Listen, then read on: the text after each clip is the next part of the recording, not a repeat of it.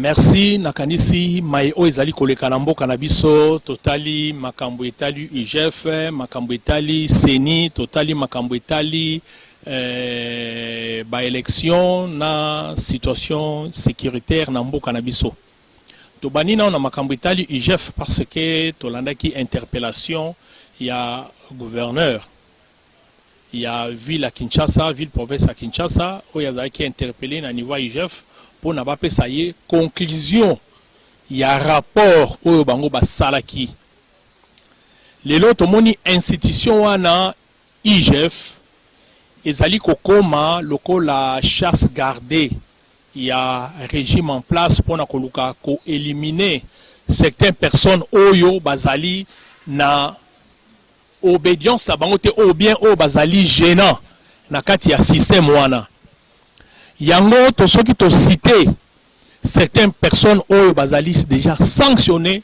parce que rapport est quoi directement na IGF et quoi na niveau justice muto na za interpellé à Kangami et ceux qui alingi ko se sauver alors il n'a qu'à prendre la fuite sinon il va se retrouver en prison mais en abatu mususu oyo IGF a interpellé le la problème ezala qui a ministre ya EPSP tulanda ki ye akizaki lisusu mais c'est alingeti na kati ya malversation financière moko na makambo etalaki ba carte d'élève oyo esengelaki salama na niveau ya libanda alors ke alingeti pa azalaki na kati ya intérêt wana po ezalaki groupe ya ba amina ye bato bazali ko entretenir des bonnes relations. Tout le monde qui débat na bango et qui ko soukela na cabinet ya secrétaire général ya UDPS. Alors Babilo Kouana et s'il ça qui vraiment crédibilité na ye parce que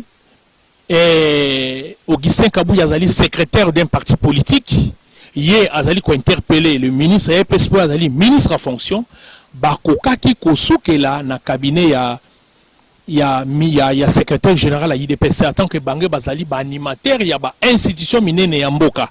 Alors, c'est ça qui valeur na bango. Tolandi l'interpellation, il y a ancien ministre de la santé, na o Italie, fond il y a Covid.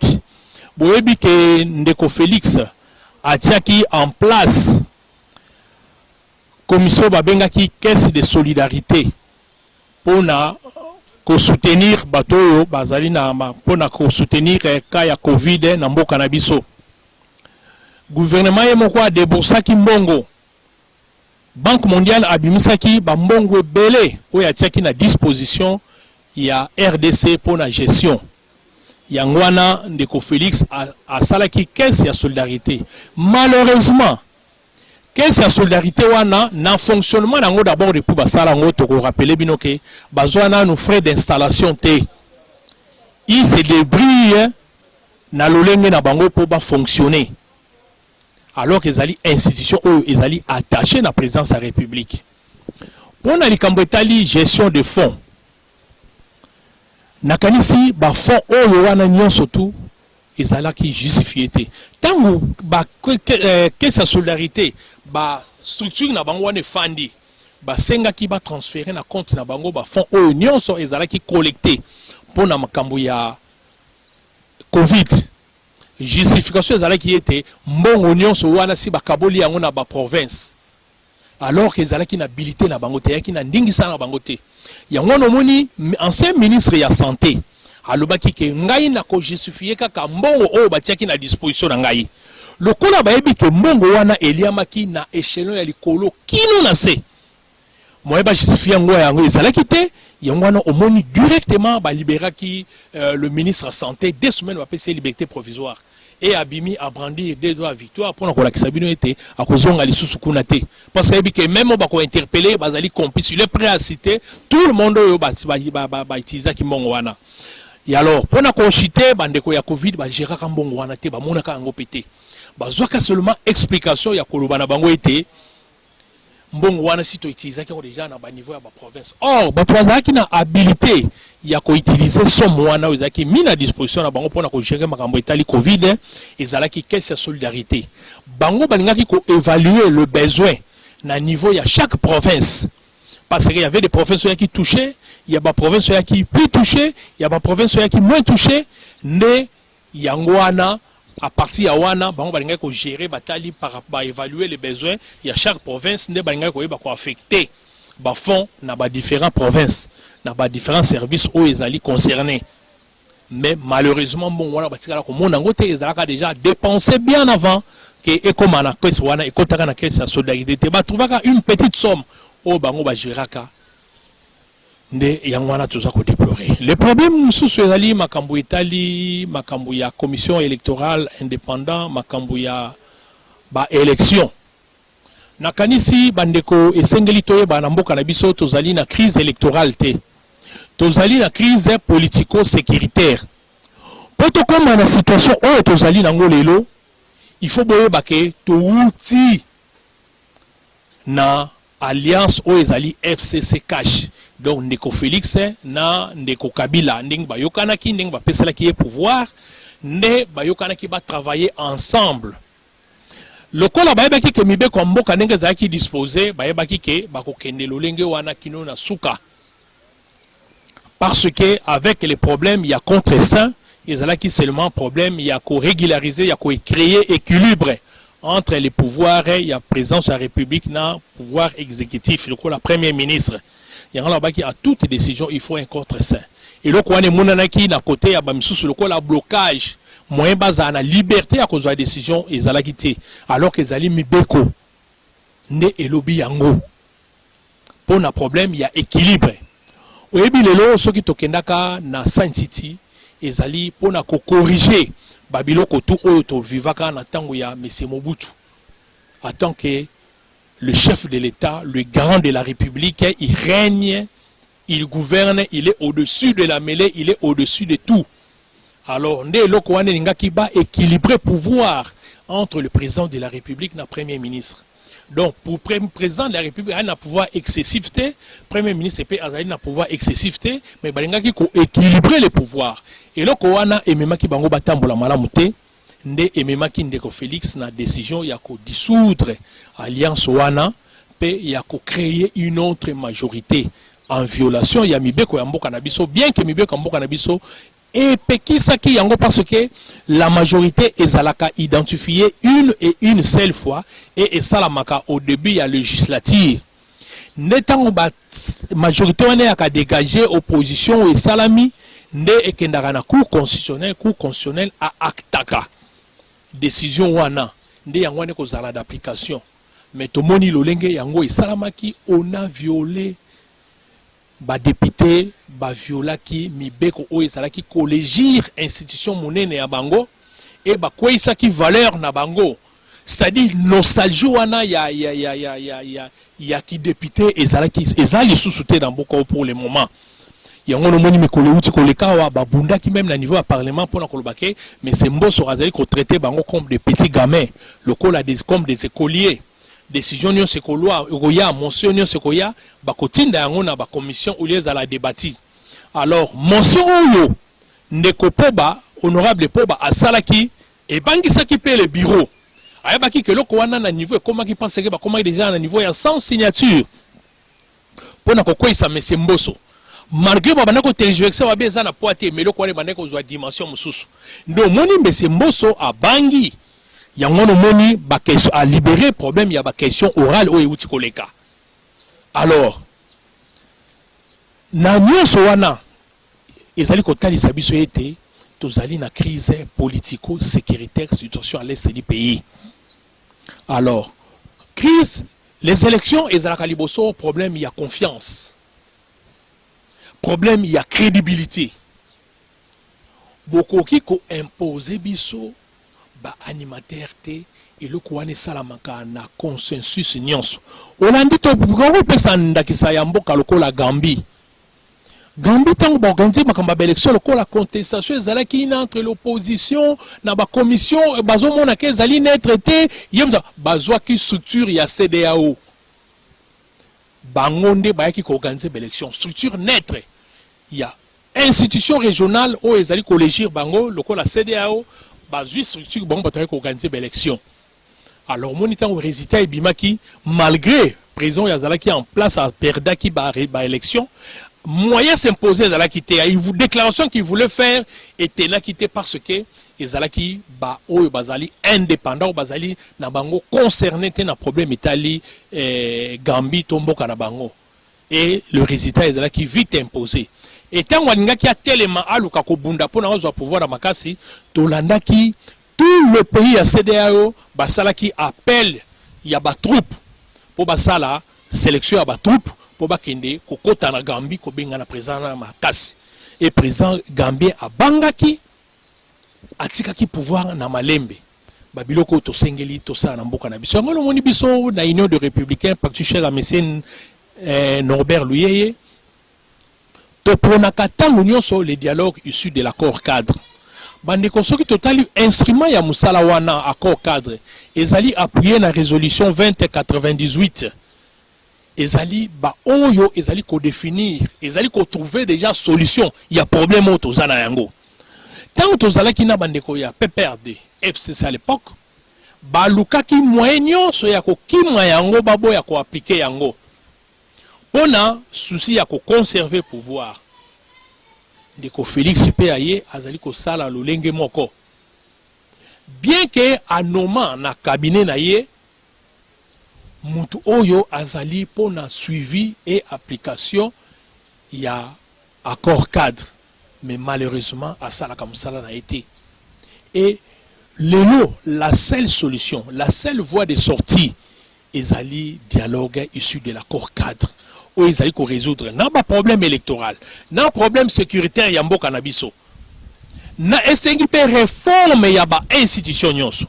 Au moins, les longs cannabiso, tu as problème, il y a finance, problème, il y a budget.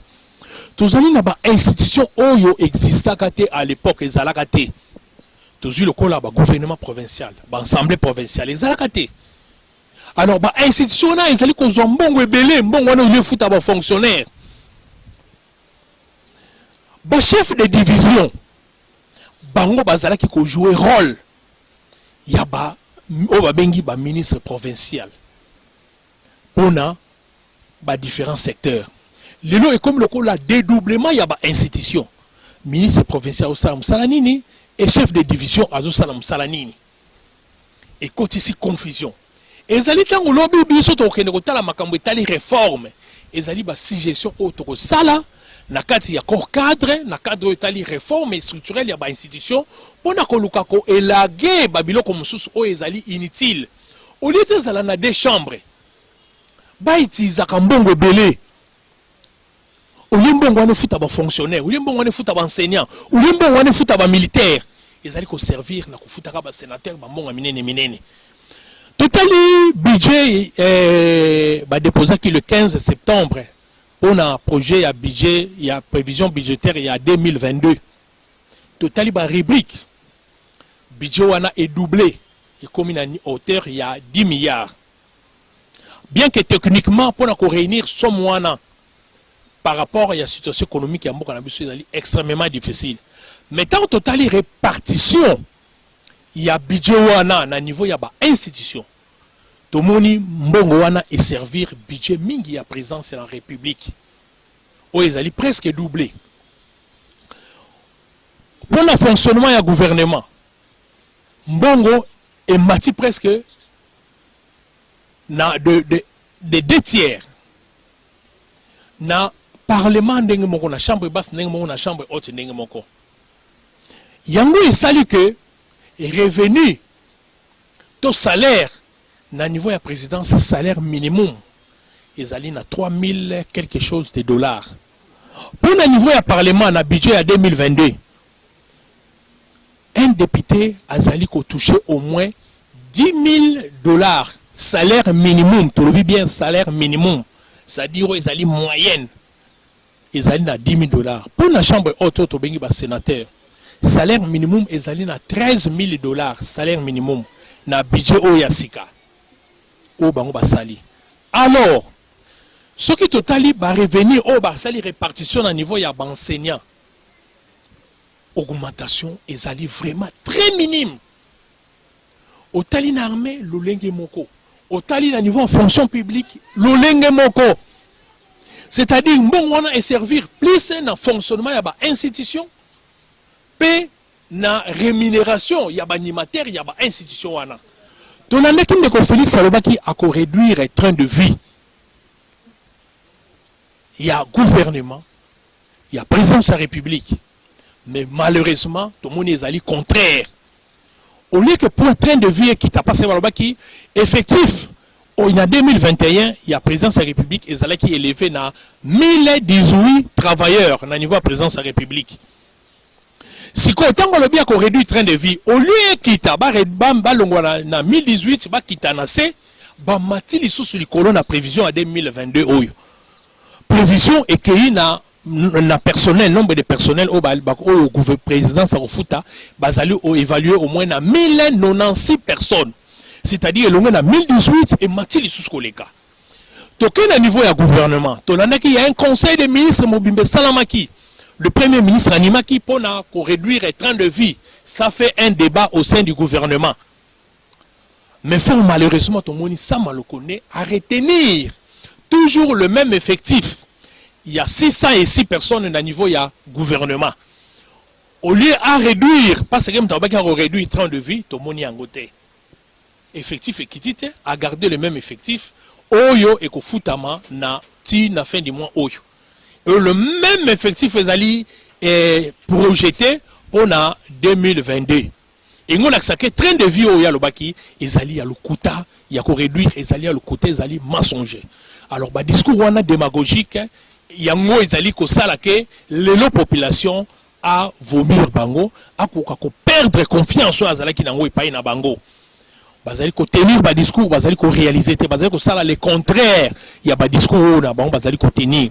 Il y a un pesi kakanda kisawana, il y a budget 2022 où va projeter total rubrique na niveau ya paye ya fonctionnaire au réajustement ezali kaka ya 40 000 francs congolais, il y a 50 000 francs congolais, mbongo muke.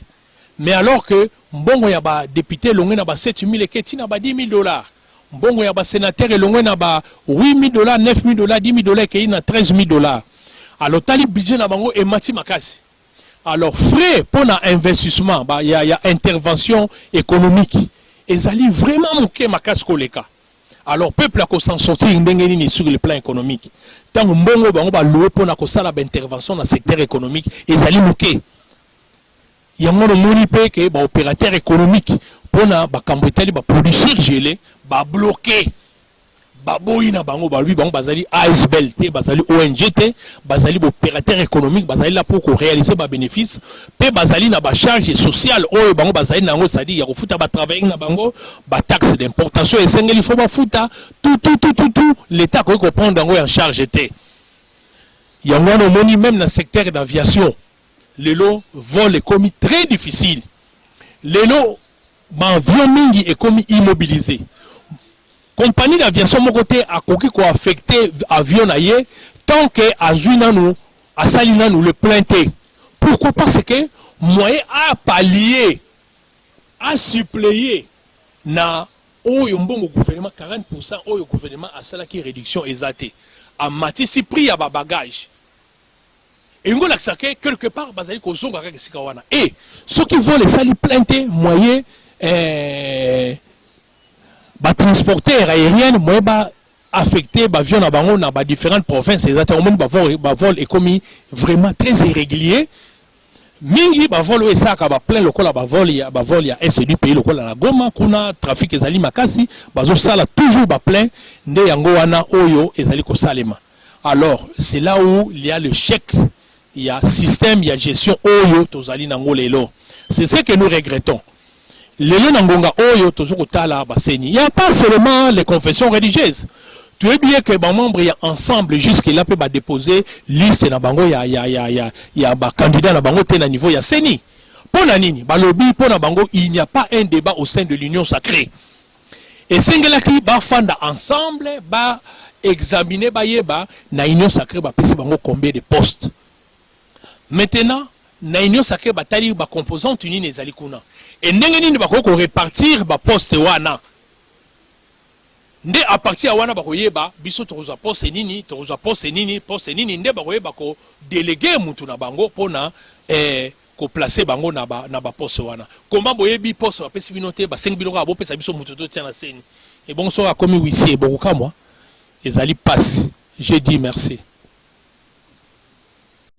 Oui, na otali question par rapport au fonctionnement IGF. Tout faut pas que IGF quand est dans le baka, ezali une institution, il y a audit général, il y a gouvernement et aussi sur tel article 4 naie où ezali ko sala to décrit sala qui IGF et puis aussi que IGF ezali sous responsabilité à présidence de la République.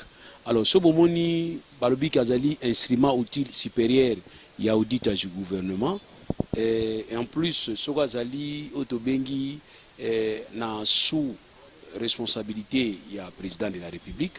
Sogozu les deux institutions n'atteignent ici au gouvernement na président de la République.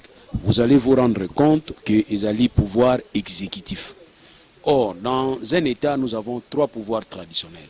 Nous avons le pouvoir exécutif, nous avons le pouvoir judiciaire et nous avons le pouvoir législatif.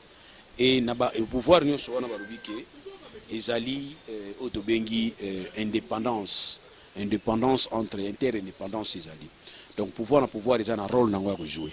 Mais dans cas il y a pouvoir exécutif, tous on a otobenga ba OPJ na compétence restreinte dans une matière bien définie.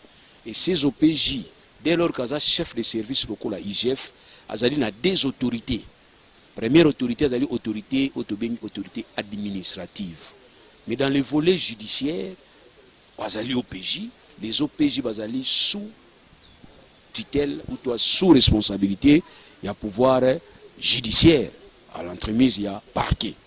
Donc ici, vous devez comprendre que tant que IGF faisait ça, azali ko sala ba rapport naïe, obligatoirement, il faut atteindre pas un pouvoir administratif naïe. Aussi, il faut qu'il y ait copier pouvoir judiciaire naïe dans le cadre il y a dossier judiciaire. Or, IGF, azaka na ba dossier judiciaire té, azapé conseiller il y a gouvernement en matière il y a bonne gestion, na ba écoutez fonctionnement ya ba asala ka rapport et pas ba continuer ndenge ba fonctionnement et sala makana niveau ya ba entité to ba service public oyo gouvernement pesa ka mosolo. Vous comprenez? Donc yango to lobi que IGF a un rôle à jouer dans sens wana. Ninga loko sala nga pasi makasi ko mona que IGF azala sous responsabilité. Il y a une institution, laquelle institution ezali nakati ya pouvoir exécutif et nakati ya pouvoir exécutif il y a que otobengaka ba acteur politique parce que les pouvoirs face naie to ali la otobengi opposition. Or cette opposition ezali réglementée par une loi portant statut à l'opposition où le gouvernement a une obligation à reconnaître comme tel. Or et opposant tout celui qui ne partage pas les mêmes opinions que le pouvoir. Soit le pouvoir c'est l'exécutif. Parce qu'on ne peut pas dire que l'opposition ne partage pas les mêmes opinions dans le pouvoir judiciaire. Le pouvoir judiciaire a une opinion. Le pouvoir judiciaire a indépendamment du pouvoir politique ou du pouvoir exécutif. Donc, il est important que les loyaux soient parquet financier. Parce qu'à ce moment-là, le parquet financier est sous responsabilité à parquet, il y a pouvoir judiciaire. Et puis ça va nous permettre peut-être d'évoluer. Parce qu'aujourd'hui, tant que IGF a ça, banquette n'a pas à Moutouazali opposant au adversaire politique et à chef de l'État, on risque de croire que comme IGF Azali, sous responsabilité à chef de l'État, c'est le chef d'État qui donnerait les ordres à IGF pour ça. À un certain moment, nous nous sommes posé la question, est-ce IGF Azapé Makasha Osala contrôle et pas à Moutouazali Mokondinaye, tout le bité. Ah, IGF a continué la présidence, tous les rapports à la présidence. Ils ont un rapport où il faut bima pour permettre à ce que Yaya Mukolo a joué Gogo, Bisobale qui n'a pas Tokeba. Mais ça, comment on a dit. Donc voilà pourquoi on a dit qu'on proposait tout ça là, Autobengi parquet financier, ou carrément tu vas réhabiliter Cour des comptes. Pour Cour des comptes, ça la paix Moussa Nango, parce que quand il y a des magistrats, on va expérimenter dans le cadre de contrôle, dans le détournement, il y a un bon l'État. Donc voilà, d'une manière générale, on a ramassé par rapport à nous. Par rapport à l'action OIG face à un niveau hôtel de ville. Bon, écoutez, IGF face à la Moussana, aujourd'hui c'est lui. Mais je voudrais que les gens comprennent. Quand on parle de IGF, il ne faut pas parler d'Alingeti. Ça c'est important. Parce qu'Alingeti n'est qu'une personne dans une institution. Or, nous devons avoir des institutions fortes que d'avoir des hommes forts. tolonga na régime ya homme fort mais tokomisi alingeti homme fort parce qu'il y a défaut de mieux eloko ekosala malamu mpo bato basepela bamonaka mbongo ya leta bato bazali kolanda bango mpo bazali koyiba ezalaki kaka ye on ne sait rien faire mais totala dans l'avenir comment est-ce qu'il faut te protéger mpe alingeti parce qu'il y a akokoma cible epa bato ebele mais lelo oyo so babi ke la justice est indépendante on ne sait pas qui est indépendant procureur juge mais il est indépendant toute cette institution est indépendante voilà les camarades par rapport à IGF mais au hôtel de ville tout le monde qui est retard fallait que ça l'am avant il est retard fallait ça l'am avant que voulez-vous trop la IGF na niveau ya ba province c'est bien que ça l'am tobi qu'ils sont en retard pourquoi parce qu'il fallait ça l'am bien avant on ne peut pas laisser l'État battre sur un bon l'État va lire en avant après tout ça va qui doit contrôler bino ils vont encore s'organiser davantage pour n'avoir cacher vérité en bon à l'État donc on te le dit que c'est important mais écoutez dans le cadre de la stabilité ya mboka politiquement j'aurais plus préféré pas chef de l'État à utiliser article 200 où il lobby à la conférence à gouverneur où il réunit à la conférence à gouverneur pour que talaka côté ni ba faille ali pour que talaka ni il faut quoi apporter c'est bien dernière fois basala ki yango ils allaient qui pour na ko ipsa bango ba kota na union sacrée ça c'est pas bien or normalement conférence des gouverneurs faut le développement du gouverneur la difficulté du gouverneur ba kota na qu'est-ce qu'il faut faire par rapport à l'expérience à ninga mususu wa gouverneur ba réussir nini bango basala ki voilà le auto sala na niveau conférence des gouverneurs mais dernière conférence des gouverneurs ils allaient qui ba pesa bango ba fiche ba remplir pour ba kota na union sacrée ça c'est vraiment regrettable voilà les comme na ko lobaki pour le gars bon on a vu c'est pas ba gouverneur bazoliaka yango ba osala musala te ils a vraiment regrettable ba gouverneur ba lobaka ki bazaka na ba auto bengi ba bazo ba rétrocession na source te mais tu comme on bon bozo déjà au bozo déjà na niveau ya ba taxe exclusive na compétence exclusive na bino ils ont bon faut justifier facilement mais malheureusement vous ne le faites pas au moins on a toujours que les ali ba difficulté les ali donc voilà li comme na ko ba pona yango bon total à n'est au Kénétina Souka. Maintenant, par rapport à la confession religieuse, moi je préfère tomber dans la confusion religieuse. Parce que ce n'est que baron il faut apporter biso, moi soulagement. Les lois autocanisés qui est pas na baron de tozoa, moi solution. Mais tu vois que c'était pas le cas parce qu'en 2003, tant on peut ça qui la confession religieuse va organiser des élections comme la présidence, on savait que baron baza battu en Zambie. Parce que la Bible nous dit, vous verrez la différence entre ceux qui servent Dieu et ceux qui ne le servent pas. Il y a un autre qui n'est pas bateau bazo servir Nzambé. Mais hélas, bazo ko ko pesa biso muto ko diriger bisoté. Alors na osenga pas na bango ba tirer au sort. Ne ba sala ki lamba Yesu ba tirer ki au sort policier azwaki yango mtazwaki. Ba tirer peut-être au sort et vous avez possibilité. Les lois na ki bato balobi que démocratie est singi nombre. Ba muso baza 2, ba muso baza 6. Non. Démocratie, ils ont la règle qui s'applique peut-être dans la majorité. Mais on ne peut pas avoir un groupe des imbéciles décents qui vont réfléchir bien et qui vont réfléchir dans l'imbécilité. Tout le monde va réfléchir dans le tort. Parce que la démocratie, c'est un nombre. Non. 99 imbéciles face à un seul sage. Je crois peut-être que la démocratie va s'appliquer. Vous appliquez la démocratie dans la communauté sauté. Yo caméraman, c'est toi le chef de la famille.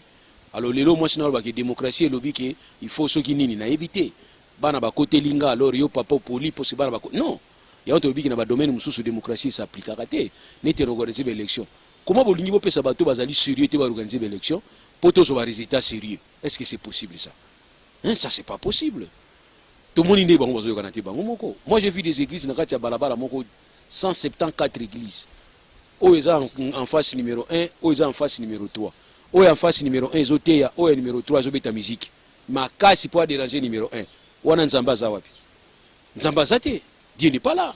Et puis certaines églises ne sont pas organisées. Bah église bazaka organisée sur base de autorisation au chef de quartier à Sabango.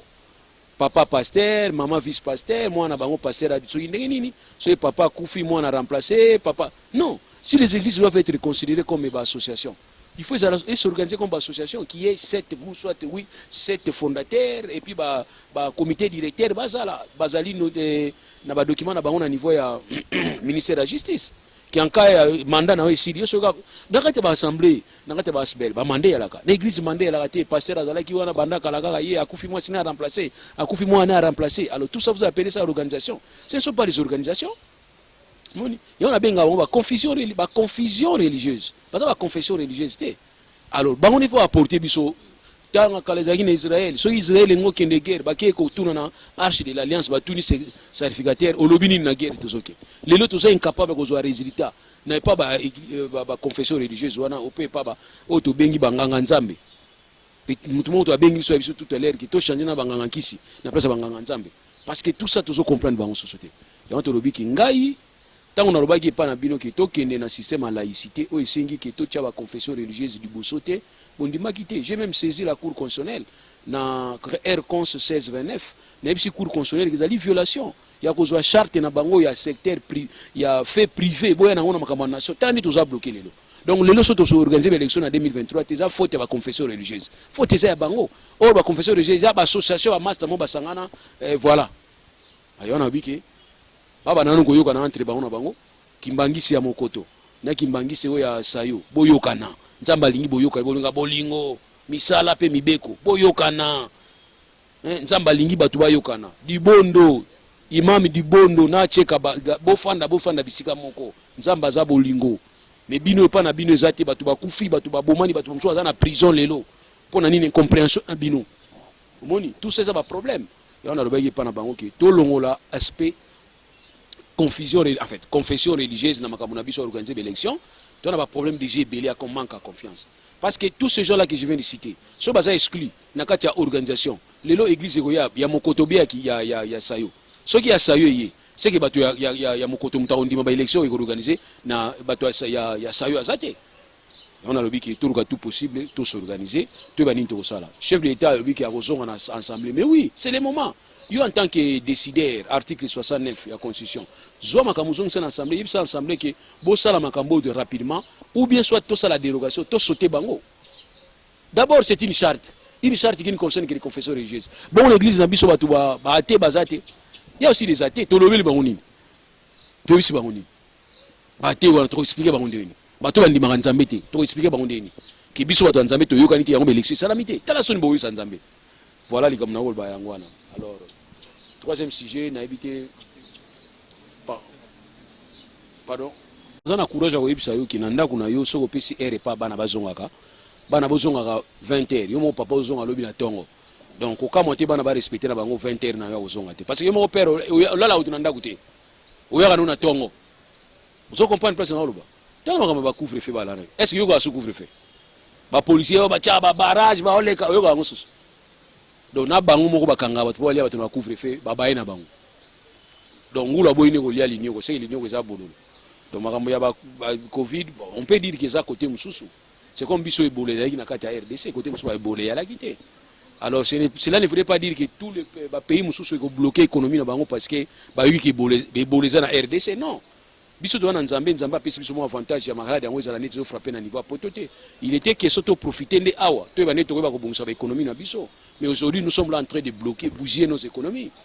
Vous voyez, donc c'est regrettable. Si on termine à niveau même économie, vous allez remarquer que bateau bazo souffrir les lomakasi, bateau bazo souffrir, bateau les bazo souffrir makasi. Pourquoi? Parce que bazo ya kotia bateau baba charge belé, makame belé. Donc moi nagi korobate qui malade des ça, mais naïre on a vu que malade goza la mais faut ba ndei beaucoup organiser malade na bino.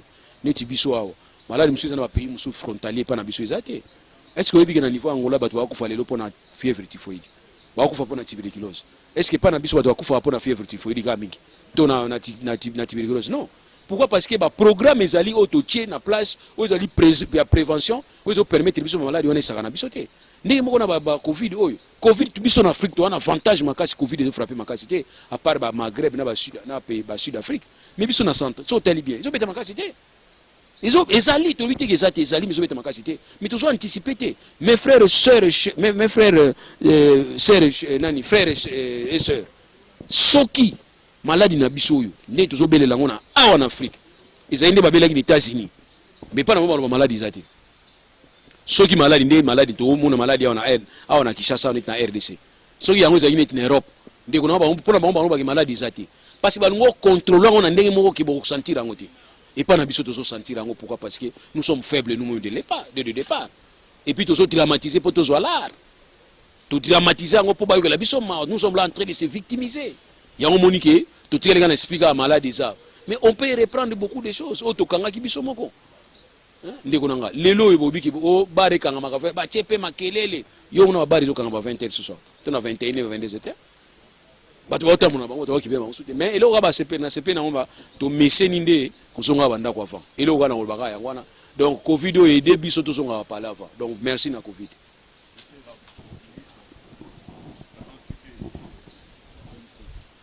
Bon, ce qui est vrai, il faut comprendre que la taxe. Taxe, ça a toujours une contrepartie. Taxe, c'est un service où il contribue à pas un service public à l'État. Pour ça, c'est là de manière à ce que les gens bénéficier. Il y a une taxe. Mais dans la RDC, la taxe, la taxe, il y a mystique. Il y a une unité. Tout boité. Quand vous nous dites que le pays mais le pays est organisé. Force à taxe, c'est une collecte. Parce que l'établissement, pour établir une taxe, c'est l'autorité qui va établir. C'est la loi. Parce que c'est un domaine à la loi. La loi, il faut prévoir. Mais la loi, il faut prévoir collecte. C'est-à-dire quoi? Et quels sont les mécanismes? Il y a un encadrement même de la taxe. Mais rame prévoir en côté. Rame prévoir en côté. Et prévoir au katabatou. Mais je vous pose une question. Nous sommes combien des abonnés? Tous ça abonnés combien? Tous ça abonnés combien? Vous évitez. Dernièrement, société moko ya réseaux sociaux ganga qui ba ko ici 1 million, so 2 millions, so 2 millions d'abonnés. Société on a depuis le bas 2 millions. Est-ce que versa gambongo ya bénéfice par rapport à 2 millions d'abonnés? Non. Ba vous confier ba société on a vous confier bango, ba zo gambongo ya ram, ba zo lotela biso mbongo. Ya ndenge mona mbongo ba lota mbongo ticket. Mbongo ticket na kati ba zandu wana ba munene ba gambela wana.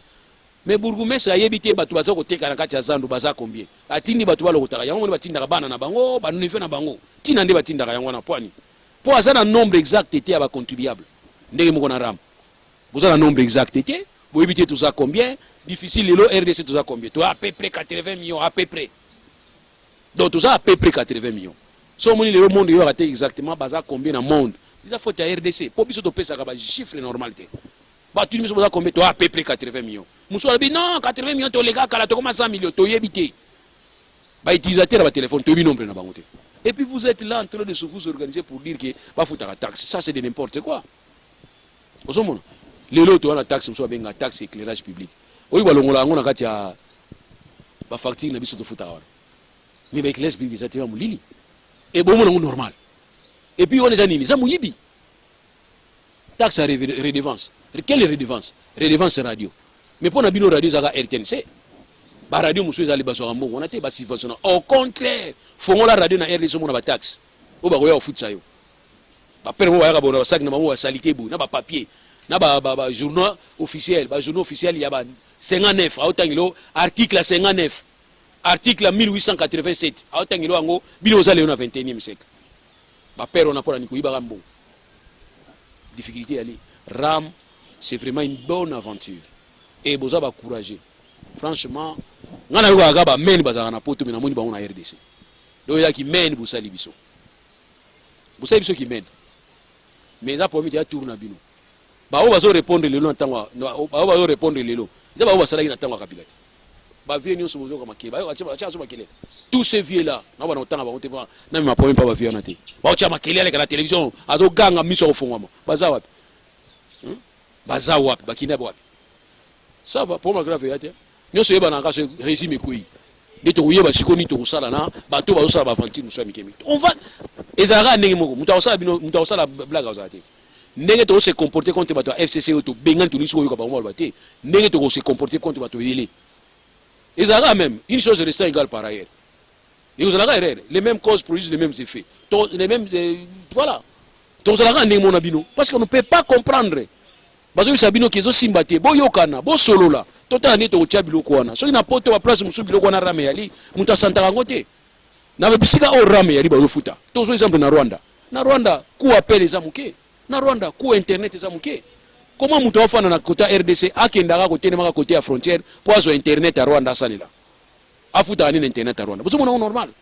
Nous avons le port le plus cher du monde, nous avons l'aéroport le plus cher du monde.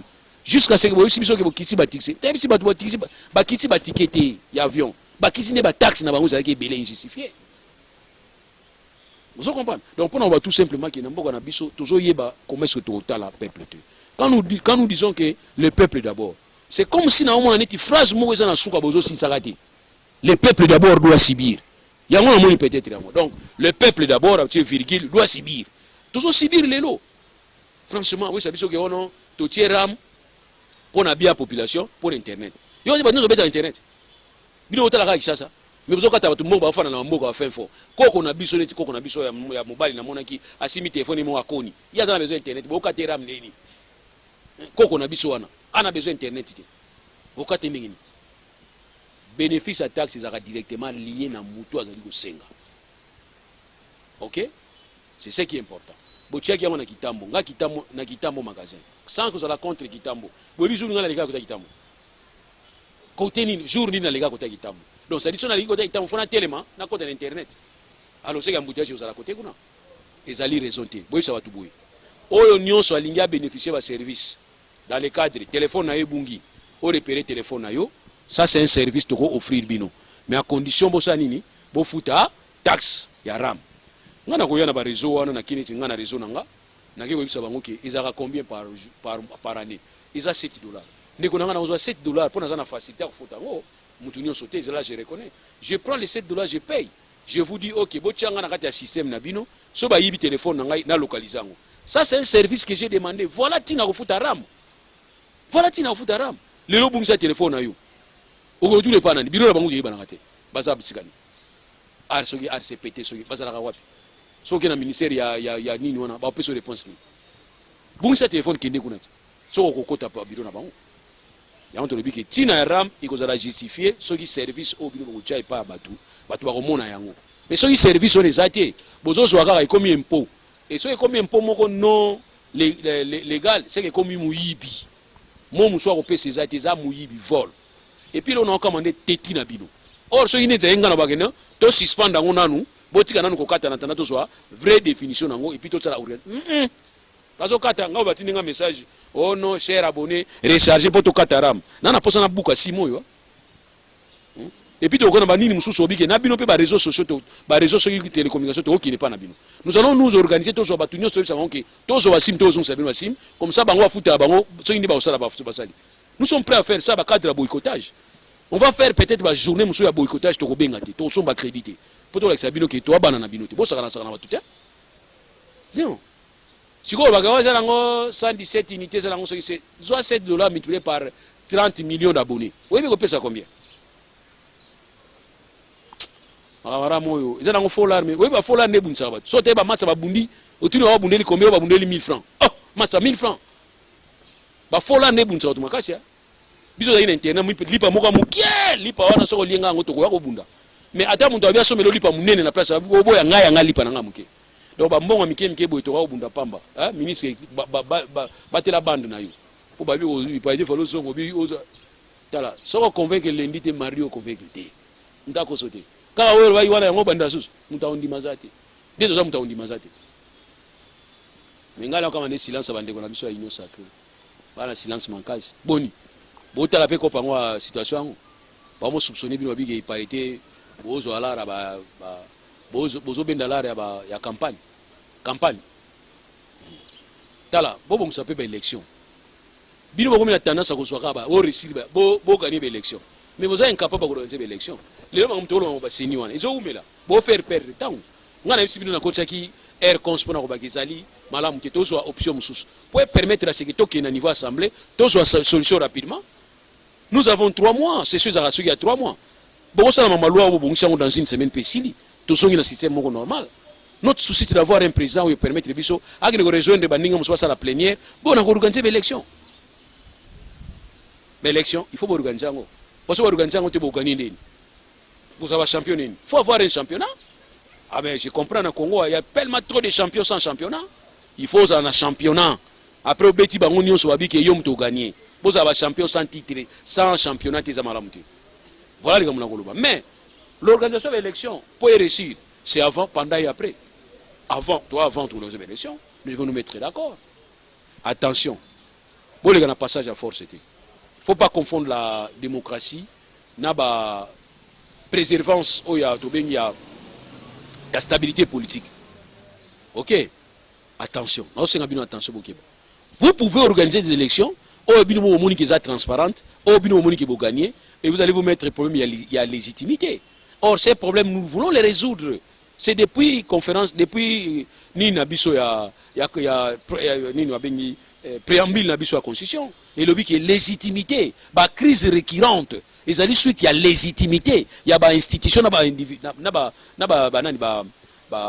animateur de institution. Il y a légitimité. C'est-à-dire, on dit que tu n'es pas légitime. Les lots de légitimité, ils aussi battent parce que nous avons fait un parcours légal jusqu'à ce que tu commences à niveau cours constitutionnel et que confirmer les résultats à Tshisekedi. Mais il y a quand même une partie où ils ont dit qu'on reconnaît Tshisekedi comme président, entre autres, à la Mouka. Mais les lots à la Mouka, tu vas comprendre que nous sommes maintenant dans la légitimité, bien que contestation à la Mouka Izali, tu fais tranquille. Mais imaginez bien vous avez l'élection, bien vous avez été. Na format na binoana. Bon, tu as biso la Mouka. Tu as en tout cas, tu as choisi. Nous n'aurons pas le choix. Nous avons dit que nous parce que nous avons déjà que confusion religieuse, même si pas confusion. Mais nous avons dit un passage de force. Nous avons dit vous.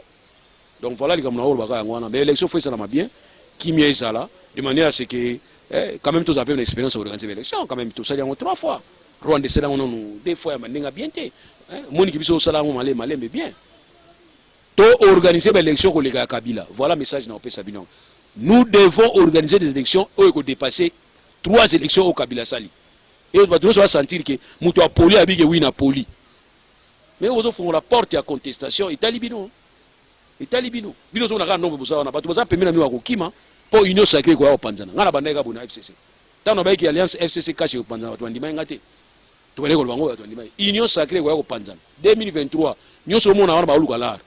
So qui ngai candidat ngai chef de l'État yimona c'est décidé afin on calme azote la bino albino zo bakale loke neto saboye na sali groupe na ngai mouvement 2023 pour chef d'État gagner yo pe acteur politique so tant opportunité au fond bi que non yondo za adversaire à chef d'État obani na longo ya gagner boko ya ko panzana bolu ga nimbungu mais ngana bisi bino boy oya ko longo na union sacrée akosa biso ke tiseki dans un beto ndima ite